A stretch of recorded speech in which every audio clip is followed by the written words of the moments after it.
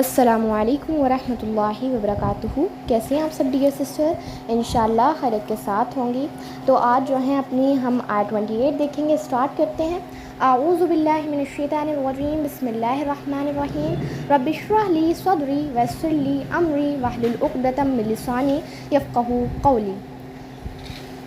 کیفا یعنی کہ کس طرح، کیفا کس طرح، تکفرون تم کفر کرتے ہو، کیفا کس طرح، تکفرون تم کفر کرتے ہو، باللہ اللہ کا، و اور کنتم تم تھے، امواتن بے جان، امواتن یعنی کہ بے جان، فاحیاکم تو اس نے تمہیں زندگی دی، ثم پھر، یمیتکم تمہیں موت دے گا، فاحیاکم یعنی زندگی دینا، یمیتکم یعنی موت دینا، ثم پھر، یحییکم تمہیں موت دے گا، ثم پھر، الیہ اس کی طرف، ترجعون تم لوٹائے جاؤ گے۔ اب دیکھیں کیا ہے یہاں پہ، 3 چیزوں کا ذکر ہے۔ پہلا اس چیز کا ذکر جب ہمیں زندگی ملی، ٹھیک ہے، زندگی ملی، پھر دوسرا جب ہمیں موت دی گئی، مطلب ہمیں پہلے تو زندگی دی گئی اس بات کا ذکر ہے، پھر اس کے بعد جب ہم مریں گے اس بات کا ذکر ہے، پھر تیسرا قیامت کے دن کا یہاں پر ذکر ہے۔ 3 چیزوں کا اس آیت میں ذکر ہے۔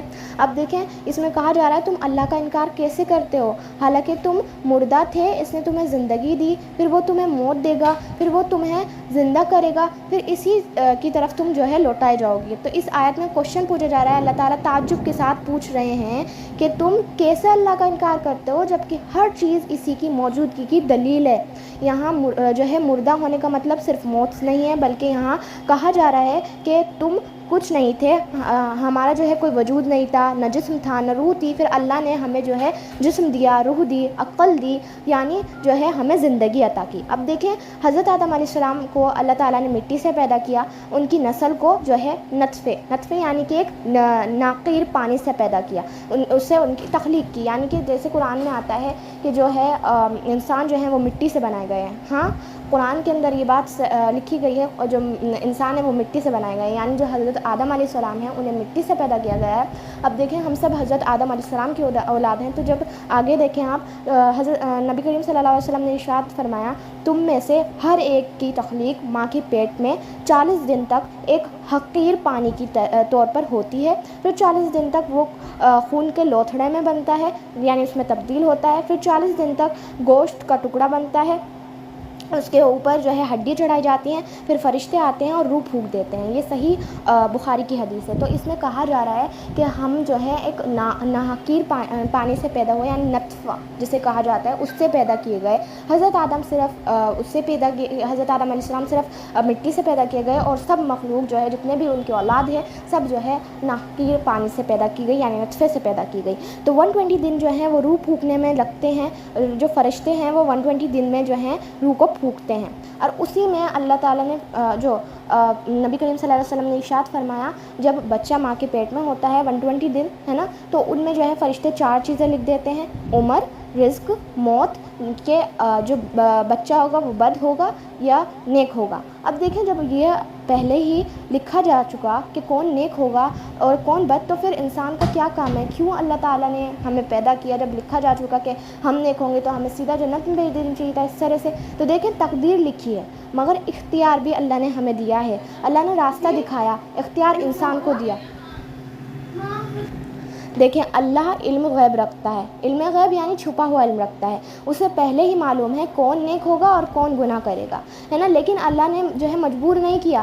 جیسے جو ہے میں آپ کو اگزامپل دیتی ہوں، جیسے ٹیچر ہے، اسے معلوم ہوتا ہے کہ کون اسٹوڈنٹ جو ہے عقل مند ہے، کون بیوقوف ہے، کون پاس ہوگا کون فیل ہوگا، پھر بھی سبھی ایگزام بھی دیتے ہیں، ہے نا۔ تو ایک بار ایک صحابی نے اسی طرح سے سوال پوچھا کہ نبی کریم صلی اللہ علیہ وسلم جب ہماری تقدیر لکھ گئی تو پھر دنیا میں ہمیں کیوں بھیجا گیا، جب ہمیں لکھ دیا گیا کہ ہم نیک ہوں گے یا گناہ گار۔ تو نبی کریم صلی اللہ علیہ وسلم نے ارشاد فرمایا ہر انسان کو وہی اعمال آسان لگتے ہیں جس کے لیے وہ پیدا کیا گیا ہے، اور اگر ہم نیک چاہتے ہیں، نیک بننا چاہتے ہیں تو ہمارے لیے نیکی کا راستہ آسان ہو جاتا ہے، اور اگر ہم چاہتے ہیں کہ ہم گناہ کی طرف جائیں، ہم گناہ کی طرف جاتے ہیں تو گناہ والا راستہ ہمارے لیے آسان کر دیا جاتا ہے۔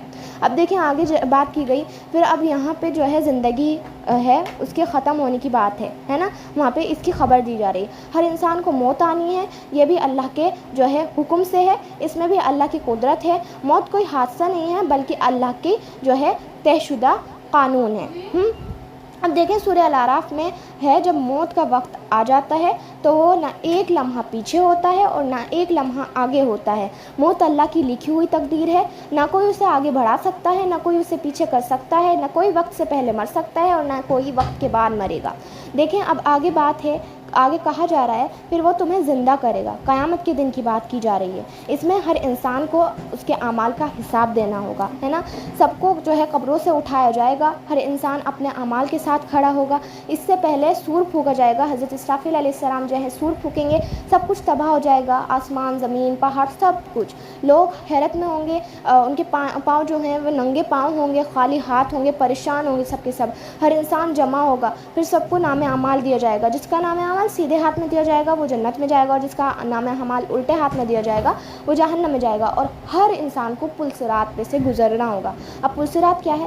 پل صراط ایک پل ہے جو جہنم کے اوپر بنایا گیا ہے، ٹھیک ہے، اور ہر انسان کو اس کے اوپر سے گزرنا ہوگا جنت میں جانے کے لیے بھی، ٹھیک ہے، اور جو جہنم میں جائیں گے وہ تو اس کے اوپر بنایا ہی گیا ہے جہنم کے۔ اب دیکھو حدیث میں پتہ چلتا ہے کہ پل صراط اتنا تیز ہے، مطلب وہ اتنا تیز ہوگا، جتنی تیز تلوار ہے نا اس سے بھی زیادہ تیز ہوگا، اور وہ اتنا باریک ہوگا جتنا کہ ہمارا بال ہوتا ہے، اور جو ہے پل پر کانٹے ہوں گے جو گناہ گاروں کو پکڑ لیں گے، اور اس کے نیچے جہنم کی آگ ہوگی۔ اب دیکھیں مومن جو ہوں گے وہ بجلی کی چمک کی طرح اور ہوا کی طرح یا گھوڑے کی رفتار کی طرح اس پہ سے گزر جائیں گے۔ کچھ لوگ جو ہے سلامتی کے ساتھ اس سے پار ہو جائیں گے، اور کچھ تو جو ہے کچھ کو تو کانٹے جو ہیں وہ پکڑ لیں گے اور کچھ جہنم میں گر جائیں گے۔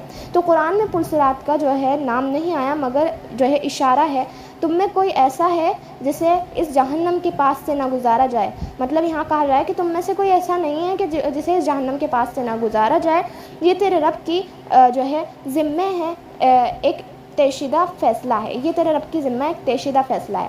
تو علماء کے حساب سے جو ہے یہاں جہنم کے پاس سے گزرنا پل صراط سے گزرنا ہے۔ اب دیکھیں اس آیت میں جو ہے اللہ تعالیٰ کی قدرت بیان کی گئی ہے، زندگی اور موت اللہ کی اختیار میں ہے، یہ بیان کیا گیا ہے، قیامت برحق ہے اس بات کا بیان ہے، اور ہمیں شکر گزار بننا چاہیے، اپنے اعمال کی فکر کرنی چاہیے، اور کیونکہ ہمیں جو ہے واپس جانا ہے اللہ کی طرف۔ یہ دنیا جو ہے ہمیں، یہ دنیا دھوکہ ہے، اللہ تعالیٰ نے قرآن میں بھی فرمایا ہے، اور موت کا مزہ ہر کسی کو چکھنا ہے، یہ بات بھی بتائی گئی ہے قرآن کے اندر، ہے نا۔ تو ہمیں اس بات کو ہر وقت ذہن میں رکھنا ہے کہ ہمیں جانا ہے اللہ کے پاس، اور دعا مانگتے رہنا ہے کہ اللہ تعالیٰ ہم سب کے لیے آسان کرے، ہمیں آسان حساب لے، ہم سے آسان حساب لے، پل صراط سے ہمیں آسانی سے گزار دے بجلی کی طرح۔ اب نیکسٹ آیت دیکھتے ہیں، آیت 29۔ آیت 29 میں جو ہے، آیت 29 میں ہے ہوا وہ الذی جس نے، وہ یعنی کہ وہ الذی جس نے خلقا پیدا کیا، لکم تمہارے لیے، خلقا یعنی بنانا، خلقا پیدا کیا، لکم تمہارے لیے، ما جو فی میں ارض زمین میں، جمیعہ سب کا سب، جمیعہ کہتے ہیں سب کا سب، ثم پھر استوا وہ متوجہ ہوا، استوا یعنی متوجہ ہونا، الی طرف السماء آسمان کی طرف، پھر وہ متوجہ ہوا آسمان کی طرف، فسواہن پھر ان کو ٹھیک بنا دیا، یعنی تہ بتہ بنا دیا، سات سماوات آسمان، پھر انہیں 7 آسمان بنا دیا، اور ہوا وہ بکلی ہر شیء چیز علیم جاننے والا ہے۔ اب دیکھیں وہ یہاں پہ کہا جا رہا ہے وہی اللہ ہے جس نے زمین میں جو کچھ ہے سب تمہارے لیے پیدا کیا، پھر آسمان کی طرف متوجہ ہوا اور انہیں 7 آسمان بنا دیا، تہ بتہ ہیں، اور یہ 7 آسمان، وہ ہر چیز کو خوب جاننے والا ہے۔ اب دیکھیں اس میں جو ہے اللہ کی رحم اور قدرت نعمت کا جو ہے اعلان ہے۔ انسان نے زمین کی ساری چیزیں جو ہے انسان کے لیے بنائی گئی ہیں، اس کے فائدے کے لیے پیدا کی گئی ہیں، پانی، درخت، جانور، ہوا، مٹی، ہر کچھ، پہاڑ، حتیٰ کہ سورج اور چاند جو ہیں وہ بھی اللہ تعالیٰ نے انسان کی خدمت میں لگا رکھے ہیں۔ تو ہمیں اللہ کی ان نعمتوں کا جو ہے انہیں پہچاننا چاہیے اور اس کا شکر ادا کرنا چاہیے۔ اب دیکھیں اللہ تعالیٰ کے پاس اتنے سارے فرشتے ہیں کہ جو فرشتہ ایک بار دنیا میں داخل ہو جاتا ہے اسے دوبارہ آنے کا موقع نہیں ملتا، پھر بھی اللہ تعالیٰ انسان سے اتنی محبت کرتا ہے کہ پوری دنیا ایک انسان کے لیے اللہ تعالیٰ نے بنا دی ہے نا۔ دیکھیں اب آگے دیکھیں، پھر اس میں جو ہے آسمان کی طرف توجہ فرمائی، اس بات کا جو ہے وہ بتایا جا رہا ہے، توجہ یعنی ارادہ کرنا، نظام قائم کرنا۔ یہاں کہا جا رہا ہے کہ جو ہے زمین کے بعد جو ہے اللہ تعالیٰ نے آسمان کا نظام بنایا ہے۔ یہ اس بات کی طرف اشارہ ہے کہ اللہ تعالیٰ جو ہے، اللہ تعالیٰ نے آسمان اور زمین کا نظام جو ہے وہ بالکل ڈن کر رکھا ہے، وہ بالکل مکمل ہے، ٹھیک ہے۔ اب دیکھیں آسمان 7 ہیں، جن کا قرآن میں قرآن کی کئی آیتوں میں ذکر آیا ہے۔ ہر آسمان کا اپنا نظام ہے، اپنے فرشتے ہیں، اپنے مخلوق ہیں، اپنے انبیاء ہیں۔ مطلب جو ہے آسمان جو ہے ان پہ ہر ایک انبیاء کو جو ہے ہر ایک آسمان دیا گیا ہے، بانٹے ہوئے ہیں، یہ اللہ تعالیٰ ہی جانتا ہے۔ لیکن حدیثوں میں بتایا گیا ہے، جب جو حدیث ہے جس میں ذکر ہے حضرت محمد مصطفیٰ صلی اللہ علیہ وسلم کا معراج پہ جانے کا، اس میں اس بات کا ذکر ہے کہ پہلا آسمان جو ہے وہ دنیاوی آسمان ہے، جو ہم دیکھتے ہیں، جو ہمیں نظر آتا ہے، جس پر ستارے ہیں۔ دوسرا آسمان جو ہے اس پر حضرت عیسیٰ علیہ السلام جو ہیں وہ قیام کرتے ہیں، ہے نا، ان کا قیام ہے۔ تھرڈ آسمان جو ہے اس پہ حضرت یوسف علیہ السلام ہے۔ فورتھ آسمان پہ حضرت ادریس علیہ السلام ہے۔ ففتھ آسمان پہ حضرت ہارون علیہ السلام ہے، اور سیونتھ آسمان پہ حضرت ابراہیم علیہ السلام ہے، اور اس کے اوپر جو ہے سدرۃ المنتہا ہے، جہاں جو ہے جبریل علیہ السلام جا سکتے ہیں، ان کی حد ہے، اس سے آگے وہ جا نہیں سکتے، ٹھیک ہے، اور وہ صرف حضرت جبریل علیہ السلام ہے جو وہاں تک جا سکتے ہیں، اور کوئی فرشتہ وہاں تک نہیں جا سکتا۔ نبی کریم صلی اللہ علیہ وسلم نے ارشاد فرمایا، جب میں معراج پر گیا تو انہیں 7 آسمانوں کی اوپر سے لے جایا گیا، ان سے ہوتے ہوئے وہ سدرۃ المنتہا پر گئے، ٹھیک ہے۔ اب یہ میں نے بتا دیا آپ کو 7 آسمان، ٹھیک ہے۔ اب دیکھیں آگے دیکھتے ہیں، پھر آگے ذکر آیا کہ وہ ہر چیز کو جانتا ہے۔ دیکھیں اللہ تعالیٰ ہر ذرے کو جانتا ہے، ہر مخلوق کی ہر نیت کو، ہر راز کو، ہر حرکت کا جو ہے وہ علم رکھتا ہے، ایک ایک بندے کا۔ اب دیکھیں پھر جو ہے یہاں پہ ذکر آیا کہ آسمان کی طرف متوجہ ہے، تو اللہ تعالیٰ نے جو ہے دن کے اکارڈنگ جو ہے بنائے ہیں۔ اب میں بتاتی ہوں آپ کو کس دن کیا چیز اللہ تعالیٰ نے بنائی۔